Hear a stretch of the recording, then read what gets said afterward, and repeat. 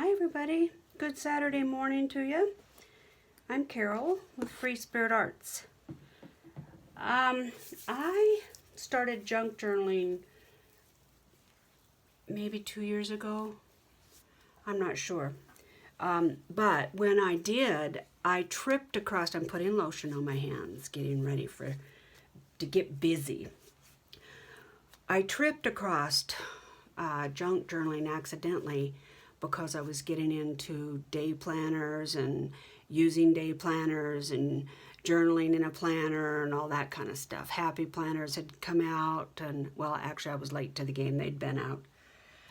Anyway, I was intrigued by junk journaling videos on YouTube, but I was a little perplexed at the terminology. So I just remembered that the other day, and I can't find it now. I looked, but I tripped across a couple years ago when I was starting to do junk journals. I tripped across a video that was about terminology and definitions and that kind of thing. Really helped me. So I thought I'd do one. I don't profess to be the be-all, end-all in definitions. So this is my version, my interpretation. So let's get started. First of all, what's a junk journal? Well, a junk journal comes from the term exactly what it says. It's made from junk. Back in the day, when people had diaries, they were journaling things. They journaled about their gardens, what they planted, what seeds they used, where they planted, how their harvest was. They journaled about their livestock. They journaled about trading with other people. And they didn't have pre-made papers and printers and all of that. So they journaled on fabric. They journaled on old newspaper. They journaled on wrapping. They journaled on flour sack. They journaled on whatever was available to them. Wood, bark, all kinds of things, right? That's where the term junk journal comes from. And a lot of the junk journals now have evolved because we have access to so much printable stuff that you can get on Etsy and websites and things. It's just beautiful. And it's replicating that old style stuff that people used to journal on. So that's the definition. That's my definition of a junk journal.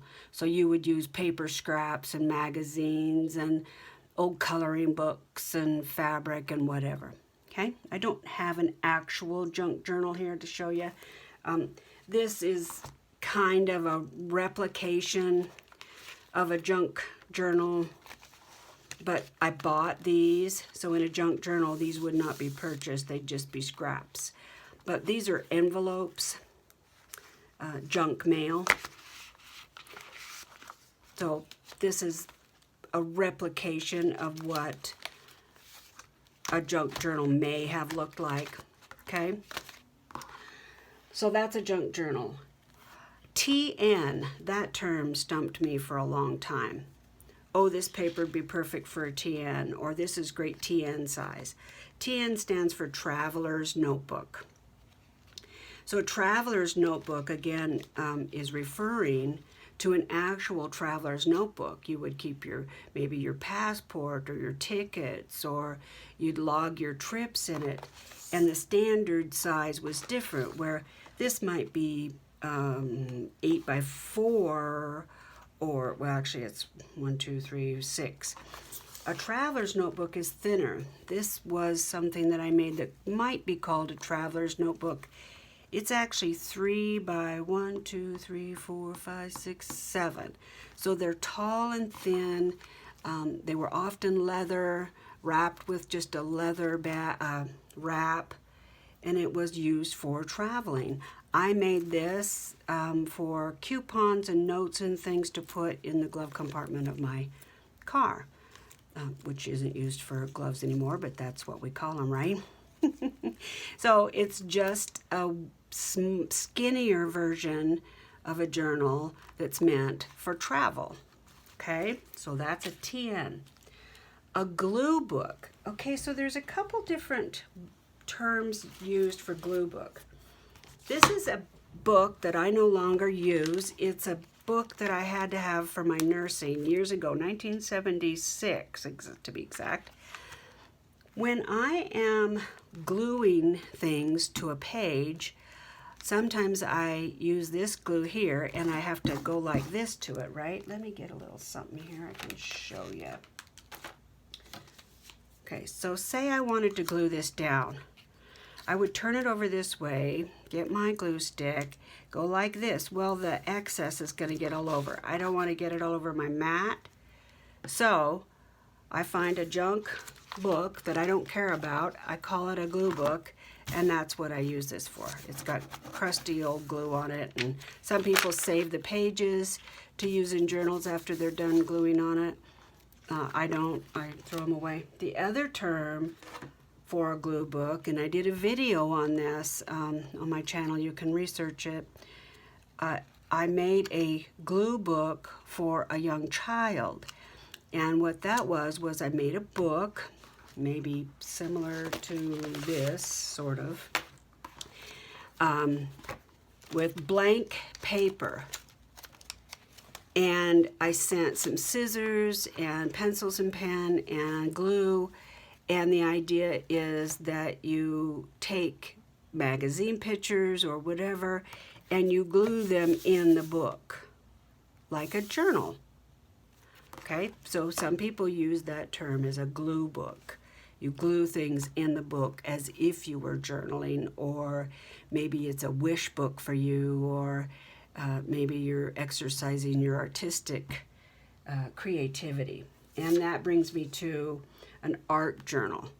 An art journal is exactly that. It's a journal that you keep or someone else does for art. So maybe you're taking a watercolor class. So you make a book to keep track of your watercolor style, or how you're progressing, or specific techniques that you've learned. Maybe you have a page that you've blended different colors on, or maybe you're practicing stamping, or maybe you take it with you when you're camping or sightseeing or bird watching and you sketch charcoal or something. Maybe it's just you cutting out pictures that you love to look at, and that is your art journal.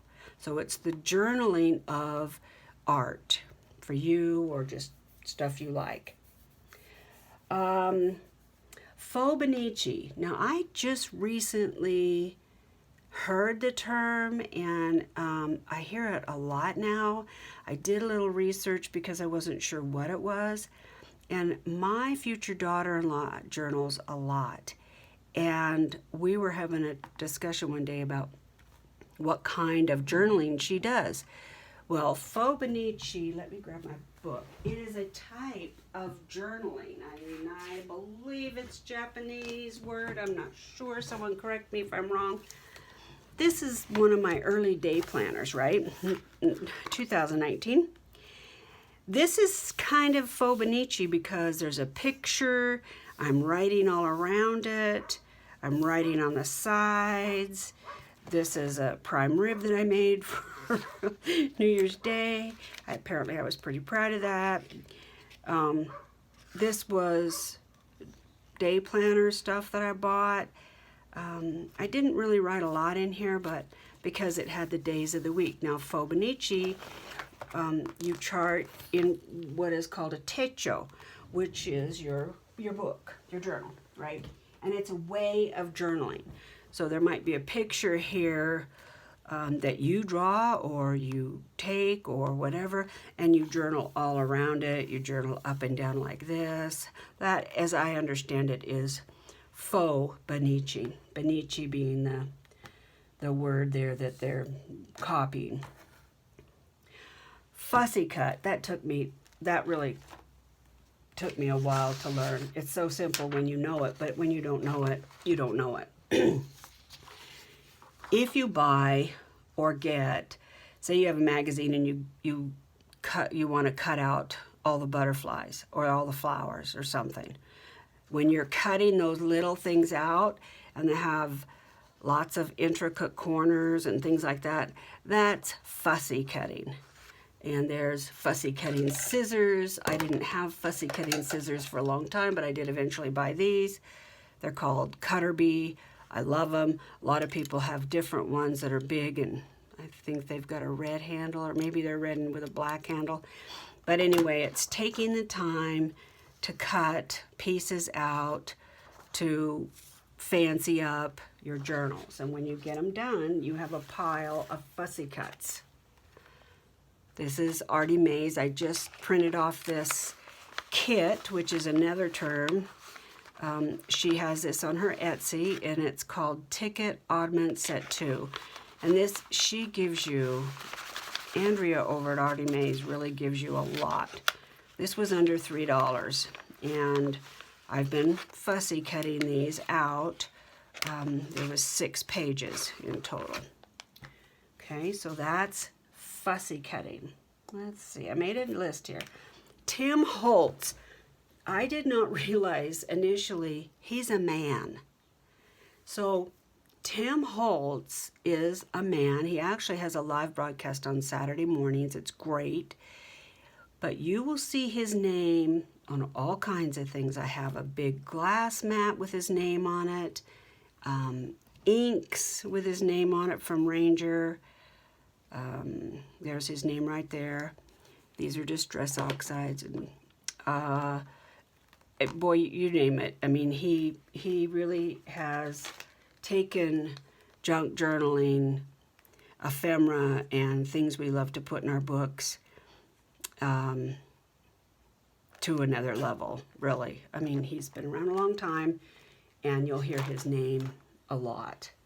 Another name that you'll hear is Edith Holden. Oh, I was going to grab that. Hold on just a second.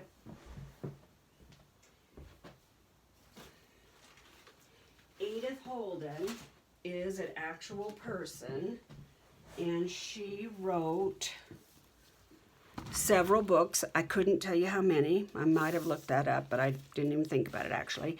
And a lot of people who do junk journals use her depictions of flowers and birds and landscape and things like that, as well as the print in her books, the style. They find the books on eBay and in junk stores and yard sales and things, and then tear what you want out of it and use it, glue it on pages and stuff. So that's Edith Holden. She has hard copies, soft copies, covers, and I don't know how many books she has. Might look that up. It'd be interesting to know. I want to say 4, but there could very well be more than that. Let's see. Die cuts. So there's a die cutting machine, which is a machine that has a handle or it's electric. There's 2 different kinds, and several companies make them. And you crank a metal design over a piece of paper. You crank it under like an old wringer washer. It has rollers, and the metal die is over the paper, and it goes under the rollers, and the metal die creates a cut in the paper. So you get these cut. Let me grab one. It looks a lot like something that you fussy cut, but it's not.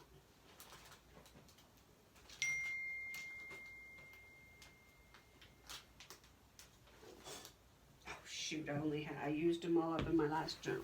Let me turn my phone off.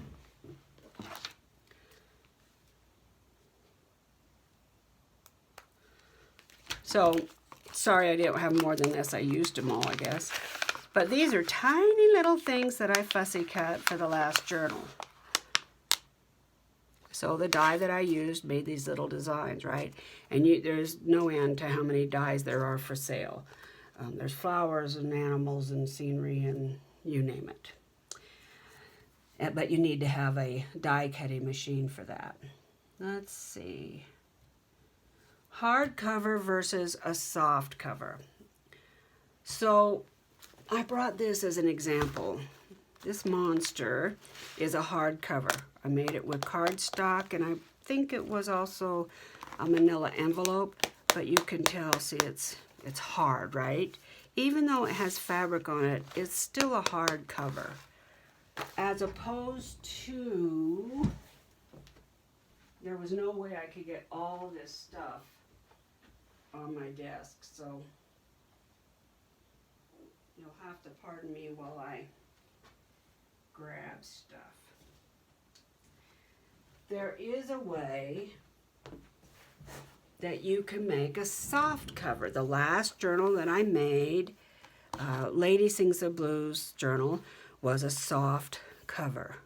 This was the first prototype for that journal, and I ended up changing the design, so this was left, and I'm going to use it for a soft covered book, but there's nothing in it. It's just fabric and then some batting, Pellin, I think, if I remember right. And then I just sewed the wrap on it.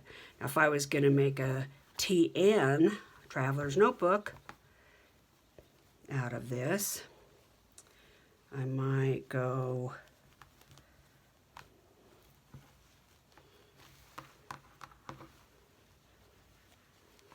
like that, roughly. So what is that, 4 by 9? And then it wraps around like that. The idea was for a TN that it would fit in your satchel or whatever. Okay, so that's the hardcover, soft cover. An altered book. Oh, I want to do an altered book so bad. Let me grab a book.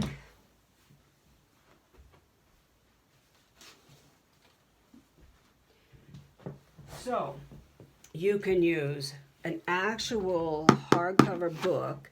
You can use a composition notebook. There's really no end. Anything that's already bound. And then what you do is you go in. This is a book that I got at a used bookstore in California. And I love the size of it. So 1, 2, 3, 4, 5, 6, 7, almost 8 by 1, 2, 3, 4, 5. Nice size. So you would go in, keep the pages that you want, tear out pages, like you might tear out a big chunk like that, or maybe more like that, right? And then you embellish and decorate these pages, and as they start to have decorations and tags and things on them, they take up the empty space that you took these pages out of. So you won't have necessarily as many pages, but the book will be the same depth. And then you can embellish and change the outside if you want to. You know, you could put fabric here, you could put paper here and glue it on. Sometimes you have to reinforce the spine because as you tear this paper out, the spine gets weak, and sometimes if they're really old, depending on how well it was made, yeah, see, if I took all this paper out, which you can do that too, then this is really soft. So I'd probably want to put cardstock or something in there. But what you're doing is you're altering an existing book or notebook. There's quite a few YouTube videos altering a composition notebook, and they're beautiful. They're just gorgeous. You can really embellish them just as much as you have energy to do. But that's what an altered book is, as opposed to making your own from scratch, right? And you could make this so big and thick that, you know, it closes like that, or whatever you want. Depends on how much stuff you put in it. Let's see. Oh, the difference between embellishments and ephemera. Now, people crisscross those terms a lot. These fussy cuts that I did are embellishments. These are embellishments. Let's see. The string, this lace is an embellishment. These little envelopes and this string, these are Artie Mae stamps, I think, or my back porch prints. I'm sorry, I don't remember. But these are embellishments, right? Okay. This is a pocket. This is a tuck. It's not a pocket, it's a tuck, because you just tuck something inside and it's open. Okay, this is a little pocket that I made out of a sack, and this is a tag. And the purpose of that is it's just an adorable way to put a little bit of writing space. That's it. Or if you wanted to use it as a bookmark or whatever. And again, the whole idea is using your imagination, using things you already have, like this old string, things I made, things other people have designed, and creating beauty and making it look vintage and beautiful. I think it's the contents from a music book that I have. Yeah, it is. This is another tag. So this embellishes the book, but this actually has a name. It's a tag. Okay, and it goes in this tuck. This is a pocket. This is a side tuck. These are all embellishments. This little tag, this little pin with the pearls. This is an embellishment. Okay, kind of get it? And all of this is ephemera. Ephemera are these. This is ephemera. This is ephemera. These are all ephemera goes in the books to make them pretty. This isn't an ephemera, but it's an embellishment. This is an embellishment. The pin, well, I guess you could call the pin ephemera. I would probably call the pin ephemera, maybe. This is ephemera. These are tags.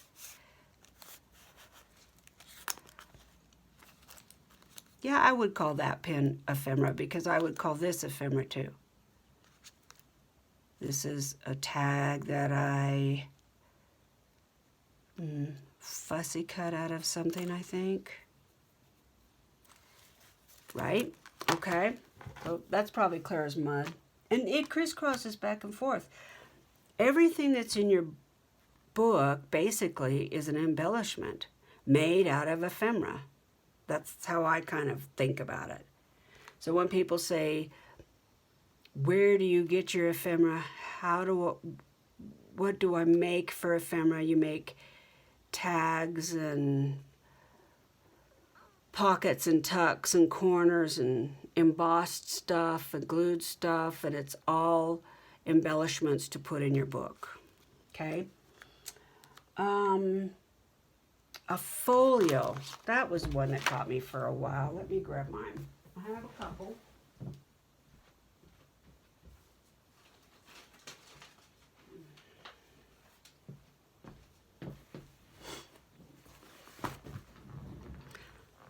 So lots of people make folios. This is from Bella and Gray, and they're in Australia. I love this one. It's made very, very well. I smashed it several times, and I can't believe it's held up. And but it has two big signatures in it. And what it is people use different things. I've used page protectors. People use hard, what's it called? Like this. And then people use vellum, I think this is vellum, and sewn in to keep your ephemera, right? So this is an old postcard I wanted to save.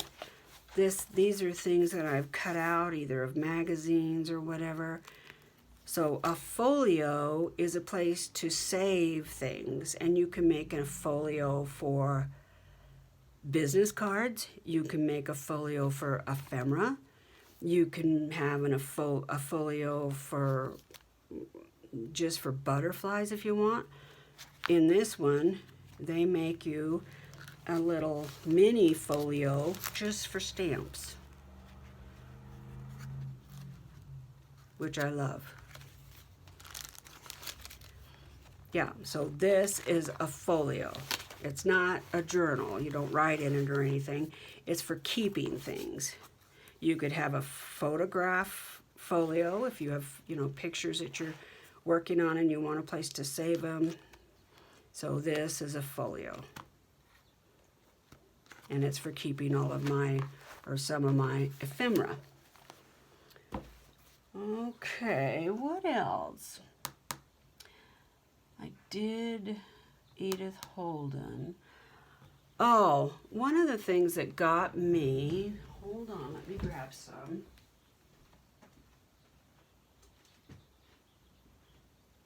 I was not a scrapbooker when I started doing this. So a lot of the things that scrapbookers use, I didn't have a clue what they were talking about. So this is double-sided tape. I bought a grundle of it on scrapbook.com when it was on sale. And all you do is you peel this up. It comes in different widths. I even have one that's 6 inches. This is sticky, and then you peel this back off. And it doesn't, the reason you would use this is if you're using maybe thin paper or something, and you don't want a water-based glue because it'll make your page wrinkle up. This is PVA. When they talk about PVA glue, they're talking about a white glue. There is a glue you can buy called PVA, but for the most part, people use that term broadly to describe a white water-based vinyl glue that's flexible, it dries clear. I use Elmer's. I know that I'm probably the only one, I don't know. But I use it in all my books. It's a lot cheaper. It's not made exactly the same. I also do use art glitter glue. Now, art glitter glue does not have glitter in it. So they really need to change the name to art glue. When I get to control the world, they'll change the name. So I don't know why they call it, maybe because that's what it used to be used for. Great paper glue. It's a PVA glue. It is a wonderful adhesive. And I don't have anything against it, but this is fabric glue. Some people use a glue called 3-in-1. This is Fabri-Tac. Let me see if I've got an actual bottle. Yeah, I've got an empty one right here. It's made by Beacon. This stuff will hold anything. I fixed my cabinet with it. Yeah, I'm telling you what, it's great glue. Some people use this. Let me see, yeah. Tacky glue. It's a great glue. It's a white glue. Got it at the dollar store. So Fabri-Tac dries clear, but it leaves a shiny mark on paper. So if you're doing fabric, a white glue isn't always the best choice. So that's a PVA glue, is that white glue. And then you have Fabri-Tac, which is for fabric. or lace and things like that. And then here's the double-sided glue, or some people call this glue tape. There is actually glue tape too. And then there's glue stick. This is Uhu. A lot of people use Uhu, and then a lot of people use, what is the name of it? This is another one. It's Elmer's. This is photo stick glue, but you could use it on paper. Oh, it's yellow too. I can't think of what the name is, but people find their favorites, and that's what they use. And the theory is that it doesn't wrinkle your paper as much, and it's not as messy and stuff like that. And you can just get that on Amazon.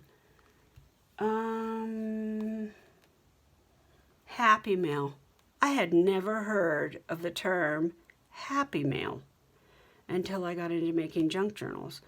It's simple. Happy Mail is just mail that you get from either your subscribers for your channel or a pen pal, or I got Happy Mail a month or so ago from a gal named Tanya, I think. Just out of the blue, she messaged me and said, could I please send you some Happy Mail?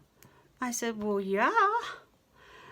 So it's just surprise mail that you get, little gifts, little tags, or some ephemera, or something that somebody wants you to have. Maybe you've got extra of something and you want to send it to somebody. That would be Happy Mail. Oh, signatures. Let's see. Let's use this book. Okay, so a signature is this. That is a signature. This group of paper that is sewn into this book. This book has 2 signatures. So here's one, right? And then there's a separation, I guess. Nope, this is one. This is one signature right here. And then here's the other one. So it has 2 huge honkin' signatures. Okay?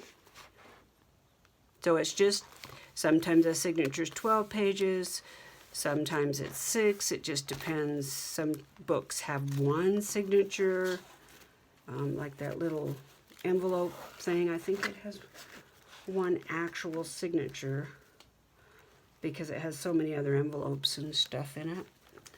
So, yeah, I had no idea. I'd never made books before, didn't have a clue what a signature was. That's a signature.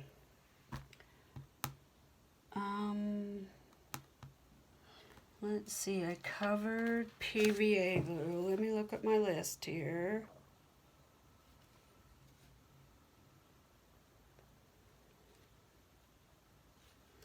Oh, some people on YouTube or out of the Facebook groups or something, they're very talented. They have a real style to them. And other people who make like these digital designs that you can print off and buy off of Etsy or whatever. Some people, like these digital artists, will contact another artist and say, would you like to be on my design team? Some people use the initials DTP. That means Design Team Project.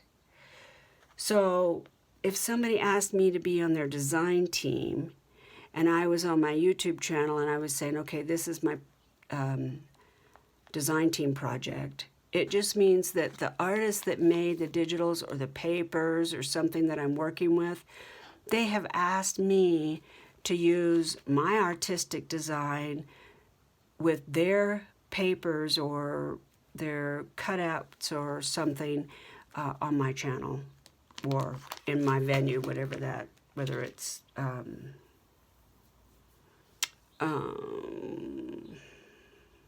Instagram or Facebook or whatever.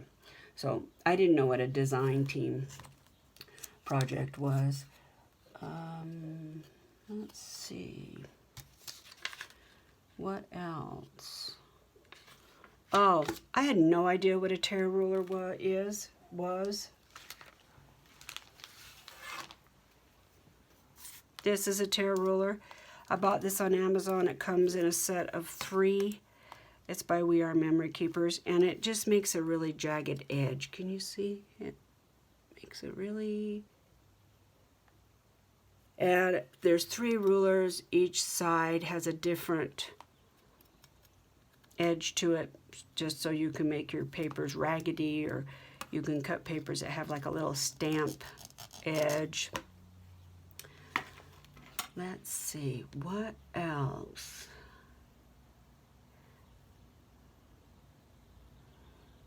Seems like I forgot something.